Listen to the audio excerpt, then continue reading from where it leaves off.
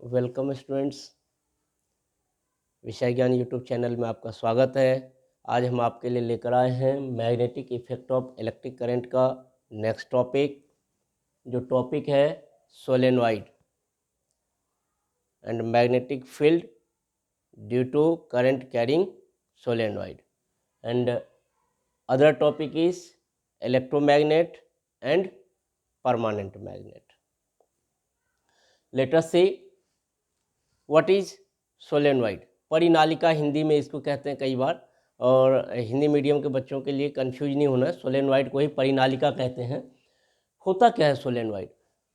A solenoid is a coil of many circular turns of insulated copper wire wrapped closely in the shape of a cylinder such that the diameter of a coil is smaller than its length। यानी कि एक insulated copper wire का क्या ये coiling है। Coiling जो आप spring देखे होंगे आपके पेन में, कई जो जेटर का पेन होता है उसमें ऊपर नीचे करने के लिए रिफिल के साथ स्प्रिंग लगे होते हैं, कुछ इस तरह का कॉइलिंग होता है। लेकिन जो कॉइलिंग है वो रैप्ड होता है, लपेटा हुआ। बट इसमें ध्यान क्या रखना है, जो डायमीटर ऑफ द कॉइल है हमेशा उसके लेंथ से क्या होगा, कम होगा। ये बात ध्यान रखना है। एक तो कॉइल ऑफ सर्कुलर टर्न्स है, यानी बहुत सारे लपेटा हुआ रहेगा, ठीक है, सर्कुलर टर्न्स। एंड दूसरा कि जो डायमीटर होगा कॉइल का वो क्या होता है, लेंथ ऑफ द सोलेनॉइड से कम होना चाहिए हमेशा, ठीक। तो solenoid is a coil of many circular turns of insulated copper wire wrapped closely in the shape of a cylinder. Cylinder के शेप में होगा हमेशा, such that the diameter of the coil is smaller than its length. अब ये आप देख रहे हैं इंसुलेटेड कॉपर वायर का हमने कॉइलिंग किया, कई सारे टर्न्स हैं इसके, ये एक तरीके से सोलेनॉइड है, ठीक। अब एक सोलेनॉइड आप देख रहे हैं यहाँ पर, सोलेनॉइड में जब हम करंट फ्लो कराते हैं, एक सर्किट है, ये बैटरी लगा हुआ है, पॉजिटिव टर्मिनल, नेगेटिव, छोटा वाला लाइन नेगेटिव टर्मिनल होता है और बड़ा वाला लाइन पॉजिटिव टर्मिनल होता है। कई बार थिक लाइन से दिखाया जाता है पॉजिटिव टर्मिनल को और थिन लाइन से दिखाया जाता है नेगेटिव टर्मिनल को। तो नेगेटिव टर्मिनल से पॉजिटिव टर्मिनल की ओर इलेक्ट्रिक करंट फ्लो कर रहा है, एरो दिखा रहे हैं। और ये इट मीन्स, इसका मतलब है कि ये जो सोलेनॉइड है उसके अंदर साउथ से नॉर्थ की ओर डायरेक्शन है करंट का। लेकिन अगर आप बाहर देखें तो क्या है, नॉर्थ से साउथ की ओर। ये मैं शुरू के फर्स्ट क्लास से हम आपको बताए थे, फर्स्ट क्लास में ही, कि हमेशा मैग्नेट के बाहर जो मैग्नेटिक फील्ड का डायरेक्शन होता है हमेशा क्या होता है, नॉर्थ टू साउथ, और मैग्नेट के अंदर क्या होता है, साउथ टू नॉर्थ। वही प्रिंसिपल यहाँ भी यूज हुआ है, ठीक। So when I means electric current, when electric current is passed through a solenoid, a magnetic field is developed in it। जब इलेक्ट्रिक करंट फ्लो कराएंगे सोलेनॉइड के अंदर तो क्या होता है, मैग्नेटिक फील्ड क्रिएट हो जाता है। And as the electric current in each circular coil flows in the same direction, अब देख रहे हैं सेम डायरेक्शन में फ्लो कर रहा है। The magnetic field of the loop, ये लूप का जो मैग्नेटिक फील्ड है, makes one end of the solenoid act as a north pole. देख रहे हैं एक पोल, ये मैग्नेटिक फील्ड एक लूप के एक एंड को नॉर्थ पोल बना देता है और दूसरे एंड को साउथ पोल बना देता है। And the other end act as a south pole, ठीक, दूसरे को साउथ पोल बना देता है। आप देख रहे हैं एक एंड पे नॉर्थ पोल, दूसरे एंड पे साउथ पोल। ये मैग्नेटिक फील्ड के कारण प्रोड्यूस हुआ, मैग्नेटिक फील्ड के कारण ये चीज़ जनरेट हुआ है। और मैग्नेटिक फील्ड किसके कारण जनरेट हुआ, इलेक्ट्रिक करंट के कारण, ठीक। Magnetic field of a solenoid is similar to a bar magnet. जो बार मैग्नेट का मैग्नेटिक फील्ड होता है, जैसा पैटर्न होता है, ठीक वैसे ही सोलेनॉइड का भी मैग्नेटिक फील्ड का पैटर्न होता है और मैग्नेटिक फील्ड होता है। The end of a solenoid eight which the current flows in anti clockwise direction. अब एंटी क्लॉकवाइज डायरेक्शन देख लीजिए, ये एंटी क्लॉकवाइज, आप जब वॉच देखेंगे तो ये जो डायरेक्शन होगा वो एंटी क्लॉकवाइज डायरेक्शन, ये एंटी क्लॉकवाइज डायरेक्शन है, ठीक। तो यहाँ देखिए एंटी क्लॉकवाइज डायरेक्शन में मूव कर रहा है। ये एंटी क्लॉकवाइज डायरेक्शन में जहाँ से स्टार्ट होता है उसको हमेशा वो नॉर्थ पोल होता है, और जहाँ क्लॉकवाइज डायरेक्शन, तो ये साउथ से शुरू है क्लॉकवाइज डायरेक्शन, तो क्लॉकवाइज डायरेक्शन वाला एंड हमेशा क्या दिखा बनता है, साउथ पोल। याद रखना, anti clockwise north, clockwise south, anti N आ रहा है इसका मतलब नॉर्थ पोल, क्लॉकवाइज उसमें कहीं एन नहीं आ रहा इसका मतलब south pole, clockwise south pole, anti clockwise and north pole. Clear?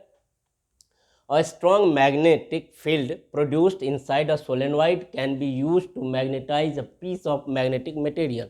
एक strong magnetic field अगर सोलेनॉइड के अंदर क्रिएट किया जाए और उसमें एक सॉफ्ट आयरन उसके अंदर इंसर्ट कर दिया जाए, तो वो सॉफ्ट आयरन किस में कन्वर्ट हो जाता है, इलेक्ट्रोमैग्नेट में। So what is electromagnet? A strong magnetic field produced inside a solenoid can be used to magnetize a piece of magnetic material like a soft iron when placed inside the coil. The magnet so form is called electromagnet. इस तरह से solenoid के help से, magnetic field के help से जो magnet बनता है आर्टिफिशियली, उसे हम इलेक्ट्रोमैग्नेट कहते हैं। और ये इलेक्ट्रोमैग्नेट हमारे लिए बहुत ज़्यादा इम्पोर्टेंट है, यूज़फुल है। अब magnitude of magnetic field inside a solenoid, कि सोलेनॉइड के अंदर जो मैग्नेटिक फील्ड होता है, ये मैग्नेटिक फील्ड की मैग्नीट्यूड यानी कि परिमाण, जो चुंबकीय क्षेत्र का परिमाण है किसी सोलेनॉइड या परिनालिका के अंदर, वो किन किन बातों पर निर्भर करता है। मैं हर में स्ट्रेट कंडक्टर में भी डिस्कस किया था, सर्कुलर लूप में भी डिस्कस किया था। अब यहाँ पर हम सोलेनॉइड में मैग्नीट्यूड की बात करें मैग्नेटिक फील्ड की, तो वही magnetic field is directly proportional to the electric current, कि जितना ज़्यादा इलेक्ट्रिक करंट फ्लो कराते हैं उतना ही अधिक, उतना ही स्ट्रेंथ वाला, उतना ही स्ट्रॉन्ग मैग्नेटिक फील्ड प्रोड्यूस होता है। प्रोपोर्शनल मतलब करंट बढ़ा देंगे, इलेक्ट्रिक करंट का फ्लो बढ़ा देंगे तो मैग्नेटिक फील्ड का मैग्नीट्यूड भी बढ़ जाता है। Magnetic field is directly proportional to the number of turns, जितना ज़्यादा टर्न्स होगा, ये टर्न्स हैं, जितना ज़्यादा टर्न्स होता है उतना ही स्ट्रॉन्ग मैग्नेटिक फील्ड क्रिएट होता है सोलेनॉइड के अंदर। सर्कुलर लूप में भी यही बात बताया था। तो नंबर ऑफ टर्न्स के प्रोपोर्शनल होता है। अगर नंबर ऑफ टर्न्स कम है तो उसका मैग्नेटिक फील्ड का स्ट्रेंथ लेस होता है, वीक होता है। ठीक, एक फॉर्मूला याद रखना है, B equal to mu naught NI। इसके डिटेल में हम नहीं जाएंगे। म्यू यहाँ पर परमियाबिलिटी है, जिसके बारे में हायर क्लास में स्टडी किया जाएगा। N number of turns, I electric current. ठीक, तो इसका मतलब N इंक्रीज तो magnetic field increase, electric current increase then magnetic field increase. And third one is permeability, mu naught is permeability. और अच्छे परमियाबिलिटी वाला अगर हम आयरन लेते हैं, आयरन कोर लेते हैं, तो उसकी जो मैग्नेटिक फील्ड की स्ट्रेंथ होती है वो अच्छा होता है, स्ट्रॉन्ग होता है। Next, use of electromagnet. हमारे लिए इलेक्ट्रोमैग्नेट का क्या यूज़ है? Electromagnet is used in doorbell, जो घंटियाँ होती है घर के बाहर, उसमें यूज़ किया है, तो उसको बनाने में, टेलीफोन बनाने में, टेलीग्राफ बनाने में, लाउड स्पीकर बनाने में, इलेक्ट्रिक आयरन बनाने में, इलेक्ट्रिक मोटर बनाने में। और हम यूँ कहें कि इलेक्ट्रोमैग्नेट के बिना अब हमारा लाइफ पॉसिबल ही नहीं है, क्योंकि हमारे लाइफ में इलेक्ट्रॉनिक गैजेट्स इतने ज़्यादा इंटरफेयर कर गया है, और हर इलेक्ट्रॉनिक गैजेट्स इलेक्ट्रोमैग्नेट से बना होता है, उसमें इलेक्ट्रोमैग्नेट्स का पार्ट होता है। Using in industry and municipality for lifting and transfer iron and scrap, iron और स्टील, बड़े बड़े जो लोहे का पिलर होते हैं, स्टील होते हैं, या स्क्रैप कहते हैं जिसको कबाड़ कहते हैं, उन सबको बड़े मात्रा में हटाने के लिए हमें स्ट्रॉन्ग मैग्नेटिक फील्ड वाला इलेक्ट्रोमैग्नेट यूज़ किया जाता है। For separating iron from non iron materials, non iron material में अगर आयरन मिक्स है तो हम आयरन को सेपरेट करने के लिए इलेक्ट्रोमैग्नेट का यूज़ करते हैं लार्ज स्केल पे। इन हेल्थ सेक्टर, जैसे MRI की हमने बात किया था, मैग्नेटिक रिजोनेंस इमेजिंग, उसका यूज़ किया जाता है ऑर्गन के डिफॉर्मिटी को पता करने के लिए। And in